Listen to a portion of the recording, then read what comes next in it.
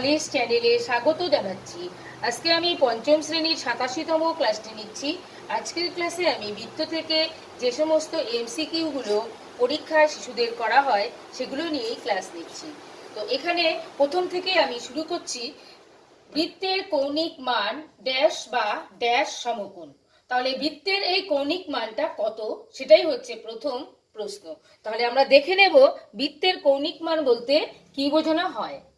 একটি বিন্দুকে কেন্দ্র করে তার চারপাশে যদি আমরা একটি গোলাকার চিত্র আঁকি, সেটাই হচ্ছে বৃত্ত। এখন আমাদের প্রশ্ন হচ্ছে কৌণিক মান বলতে এই বিন্দুটাকে কেন্দ্র করে আমরা যদি এই চারপাশে যে কোণটা উৎপন্ন হয় সেটার মান কত, সেটাই হচ্ছে প্রথম প্রশ্ন। তাহলে এটার মধ্যে যদি আমরা এভাবে ধরি, তাহলে কোণগুলো যে উৎপন্ন হবে সেটা হবে 360 ডিগ্রি বা ড্যাশ সমকোণ। এটা হয়ে যাবে 4 সমকোণ। আমরা চিত্রে দেখতে পাচ্ছি যে 90 ডিগ্রি কোণ উৎপন্ন হয়েছে, এখানে একটি 90 ডিগ্রি কোণ উৎপন্ন হয়েছে, এখানে একটি 90 ডিগ্রি কোণ উৎপন্ন হয়েছে, এপাশে একটি, এপাশে একটি। তা চারপাশে 90 ডিগ্রি কোণ উৎপন্ন হয়েছে। এগুলো যদি আমরা যোগ করি তাহলে আমরা পাবো 360, অর্থাৎ 4 সমকোণ। যেহেতু 4টি সমকোণ রয়েছে তাই 4 সমকোণ। চলে যাচ্ছি পরবর্তী প্রশ্ন। বলা হয়েছে বৃত্তের যে কোনো দুটি বিন্দু যোগ করলে যে সরল রেখাংশ পাওয়া যায় তাকে বৃত্তের ড্যাশ বলে। তাহলে এখানে একটি বৃত্ত আছে, এই বৃত্ত থেকে যদি আমরা তার যে কোনো বিন্দুকে যোগ করি, অর্থাৎ বৃত্তের পরিধি থেকে এখান থেকে এখানে, এখান থেকে এখানে দুটো বিন্দু, এখানে একটা বিন্দু, এখানে একটা বিন্দু, এই পরিধি থেকে এই প্রান্তে এইভাবে যদি আমরা যোগ করি তাহলে যা উৎপন্ন হয় তাকে কি বলা হয়? এই সরল রেখাংশগুলোকে বলা হয় বৃত্তের জ্যা। তাহলে বৃত্তের যে কোনো দুটি বিন্দু যোগ করলে যে সরল রেখাংশ পাওয়া যায় তাকে বৃত্তের জ্যা বলে।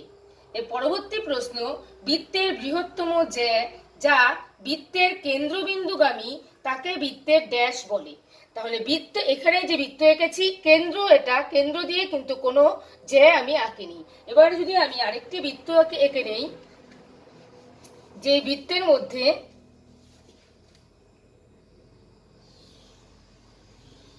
এই বৃত্তের কেন্দ্র দিয়ে যদি আমরা একটা জ্যা আঁকি, যেটা এই কেন্দ্রটাকে ক্রস করে গেছে, তাহলে এই যে জ্যাগুলো এঁকেছি এগুলো কিন্তু বৃত্তের কেন্দ্র দিয়ে গেছে।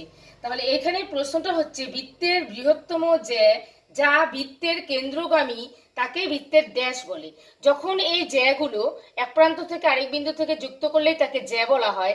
যখন এই জ্যা এই কেন্দ্রবিন্দু দিয়ে যায় তখন তাকে বৃত্তের ব্যাস বলে। 3 নম্বর প্রশ্নের উত্তর হয়ে যাবে ব্যাস। তাহলে বৃত্তের বৃহত্তম জ্যা যা বৃত্তের কেন্দ্রগামী বিন্দুগামী তাকে বৃত্তের ব্যাস বলে। এই জ্যা এবং ব্যাস এই দুটো কিন্তু আমরা শিশুদেরকে ভালো করে শেখাবো, কারণ এখানে কিন্তু জ্যা বলতে কি বোঝায় এবং ব্যাস বলতে কি বোঝায় এই পার্থক্যটা কিন্তু শিশুদের ভালো করে বুঝতে হবে। তো জ্যা আর ব্যাস এটা আমি একটু ভালো করে বোঝাচ্ছি। আমি দুটো বৃত্ত নিচ্ছি, এখানে আমি জ্যাগুলো দেখাচ্ছি। এক বিন্দু প্রান্ত থেকে আরেক বিন্দুতে যোগ করলে সেগুলো হয়ে যায় জ্যা। এখানে অসংখ্য জ্যার চিত্র এঁকেছি, আর এই বিন্দুতে আমি শুধু ব্যাসের চিত্র আঁকছি। তাহলে আমরা পার্থক্যটা ভালো করে বুঝতে পারবো। প্রত্যেকটি জ্যা কিন্তু বিন্দু ক্রস করে যাচ্ছে, বিন্দুর মধ্যে দিয়ে কিন্তু যাচ্ছে। এরা প্রত্যেকেই কিন্তু জ্যা, কিন্তু এদেরকেই আমরা ব্যাস বলবো। কারণ কি, এরা কিন্তু বিন্দুর মধ্যে দিয়ে গেছে। এগুলো হচ্ছে, এরাও প্রত্যেকটি জ্যা, কিন্তু এরা কিন্তু বিন্দুর মধ্যে দিয়ে গেছে। একটিও নেই যেটা বিন্দুর মধ্যে দিয়ে যায়নি। যখনই একটি জ্যা এই বিন্দুর মধ্যে দিয়ে যাবে তখনই তার নাম আমরা ব্যাস বলতে পারি, তার নাম ব্যাস বলবো। কিন্তু এখানে আমরা শুধু একটি দেখতে পাচ্ছি, একটি জ্যা বিন্দুর মধ্যে দিয়ে গেছে, বৃত্তের বিন্দুর মধ্যে দিয়ে গেছে, আর কোনো জ্যা কিন্তু এই বিন্দুটাকে ক্রস করে যায়নি। তাহলে বিন্দুর মধ্যে দিয়ে যেহেতু কোনোটাই যায়নি, এখানে কিন্তু ব্যাস কিন্তু একটাই আমরা বলতে পারবো যে একটা এখানে ব্যাস আছে। কিন্তু এখানে কিন্তু এই চিত্রতে আমরা দেখতে পাচ্ছি সবগুলোই ব্যাস, কারণ এরা বৃত্তের কেন্দ্রের মধ্যে দিয়ে গেছে। তাহলে পরবর্তী প্রশ্নে চলে যাচ্ছি। বৃত্তের ড্যাশ হলো বৃত্তের বৃহত্তম জ্যা তাহলে বৃত্তের যে জ্যাগুলো উৎপন্ন হয় তার মধ্যে সবচেয়ে বড় হয় যেটা বৃত্তের কেন্দ্র দিয়ে যায়, আর বৃত্তের কেন্দ্র দিয়ে যেটা যায় তার নামই হচ্ছে ব্যাস। তাহলে এখানে আমাদের উত্তর হবে বৃত্তের ব্যাস হলো বৃত্তের বৃহত্তম জ্যা। এই জ্যাগুলোর মধ্যে সেই জ্যাটাই বড় হয় যেটা বৃত্তের কেন্দ্রের মধ্যে দিয়ে যায়, যার নাম হচ্ছে ব্যাস। তাহলে বৃত্তের ব্যাস হলো বৃত্তের বৃহত্তম জ্যা। 5 নম্বর প্রশ্ন, বৃত্তের কেন্দ্র থেকে বৃত্তের পরিধির ওপর যে কোনো বিন্দুর দূরত্বকে ড্যাশ বলে। তাহলে বৃত্তের আমরা আরেকটা চিত্র এঁকে দিচ্ছি। এবারে বলা হয়েছে এই বৃত্তের বিন্দু থেকে যদি আমরা এই পরিধি পর্যন্ত রেখাংশ আঁকি, পুরো না অর্ধেক আঁকছি, পরিধি পর্যন্ত আঁকছি, তাহলে এই যে আমরা রেখাগুলো পাচ্ছি, রেখাংশগুলো পাচ্ছি, এগুলোকে কি বলা হয়?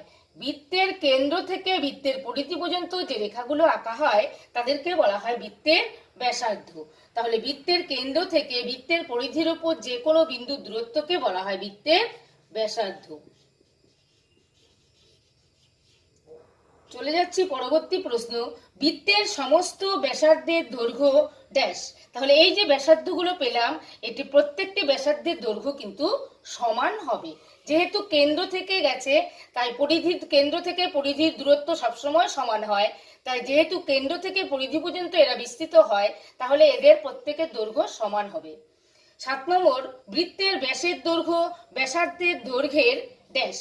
ব্যাসের দৈর্ঘ্য, ব্যাস হচ্ছে পুরোটা আর ব্যাসার্ধ হচ্ছে অর্ধেক, তাই ব্যাসের দৈর্ঘ্য ব্যাসার্ধের দৈর্ঘ্যের দ্বিগুণ হবে। এটা হবে দ্বিগুণ, যেহেতু ব্যাস বলতে পুরোটাকেই বোঝায় আর ব্যাসার্ধ অর্ধেক, তাই ব্যাসের দৈর্ঘ্য ব্যাসার্ধের দৈর্ঘ্যের দ্বিগুণ।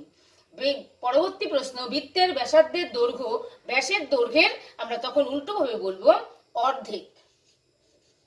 তাহলে ব্যাসার্ধের দৈর্ঘ্য হলো ব্যাসের দৈর্ঘ্যের অর্ধেক।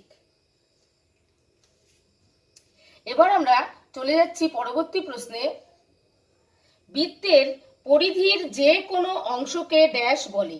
এই বৃত্তটা আছে, বৃত্তের পরিধির মধ্যে যদি আমরা এখান থেকে এইটুকু অংশ নিই পরিধির, কিংবা আমরা এখান থেকে এইটুকু অংশ নিই পরিধির, এইভাবে যদি আমরা ধরি তাহলে এগুলোকে বলা হয় বৃত্তচাপ।